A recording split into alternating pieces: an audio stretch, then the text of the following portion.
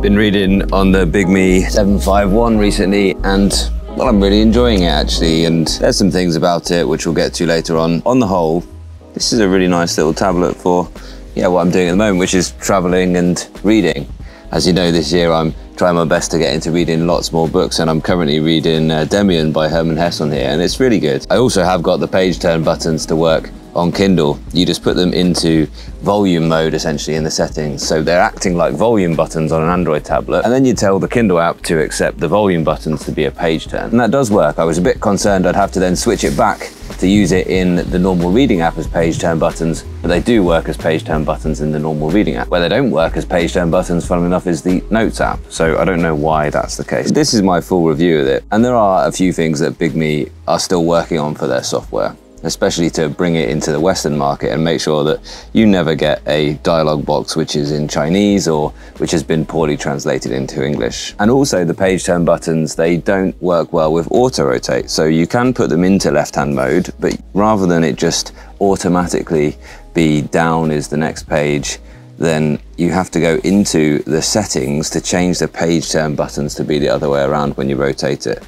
Again, it should just follow the system rotate mode. It should be that they can write a bit of software to make sure the page turn buttons just follow the system orientation. That's not too difficult. It's not too much to ask. Good news on that front. When I got home from this trip, I actually found there was a software update, and that problem is solved, and the page turn buttons do now follow the system-wide orientation. So that's good. That issue has been something that I've already mentioned in my content on the B751, and so Bigme are obviously listening and acting quite quickly in their updates.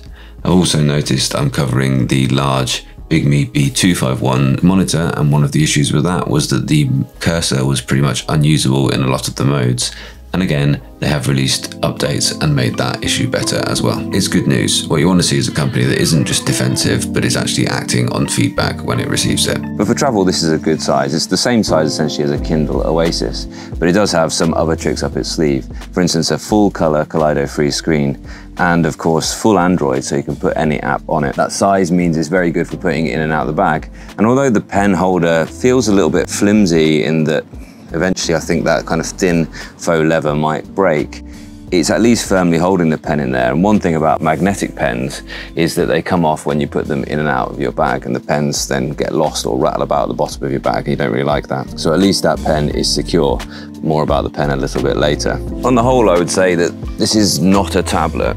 Although it has got the full Android, I don't think you're going to be wanting to do many sort of Android or iPad sort of tasks on it. It is, though, an acceptable reader. And certainly when you're in a place like this and you've got the full sun blaring down, then you don't want to be trying to read, struggling to see things on an OLED screen, for instance. It's not an accurate pen as well, although this is, as far as I'm aware, the only ink tablet at this size with pen input.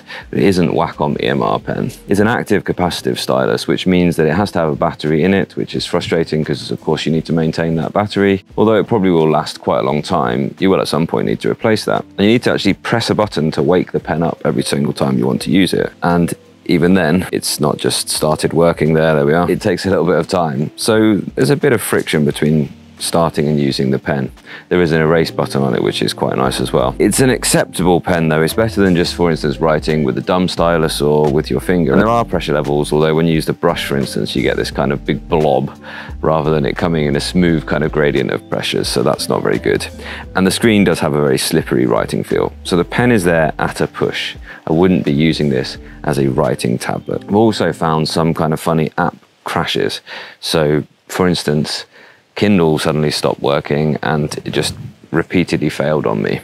And also the Economist app just didn't work very well. And one thing I thought would be great on here would be to use the Economist app for reading magazines and things. But I have had a very good experience of reading comics on here. For instance, Kindle in guided view, actually, I've really liked that. The screen has performed really well. It's a little bit behind books with their BSR, but it does have a better battery performance. And yeah, I've been reading on it pretty much constantly for about 3 days now, and it's gone down to 40%, so that's kind of where you're at. And I have been using also the pen stylus to make the notes for this review. So it's an acceptable reader, and if you needed a color and you needed it at this size, then perhaps it's a good choice. And then you can do a few extra bits as well. But again, just to go back to Bigme, do need to look through all of their kind of user experiences. It took me a couple of weeks to actually discover a lot of the features. Maybe I should have made sure that I read the full manual. I'm certain of that actually. So it's good, but there's work to do on that front. In conclusion, treat this as a reader and it will be very good.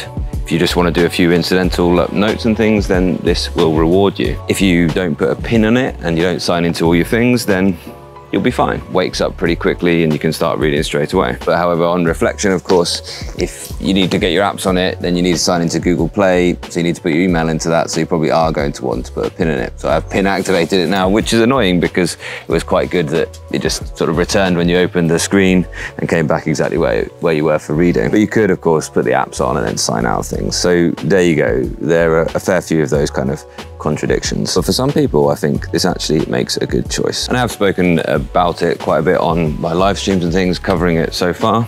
I think for some people, especially for traveling, especially if you're into comic books and you can either get things that work on the guided view or will look good at this size, because you don't want to be zooming in and out on this kind of screen, I think that there is a good choice here. It's a good compromise between several different options. You've got the size and essentially the same form factor as a Kindle Oasis, though it is a little bit heavier than that. And you've got some note-taking ability. And you've got really quite good screen experience with a great e-ink screen. We'll get the pool ready for the kids.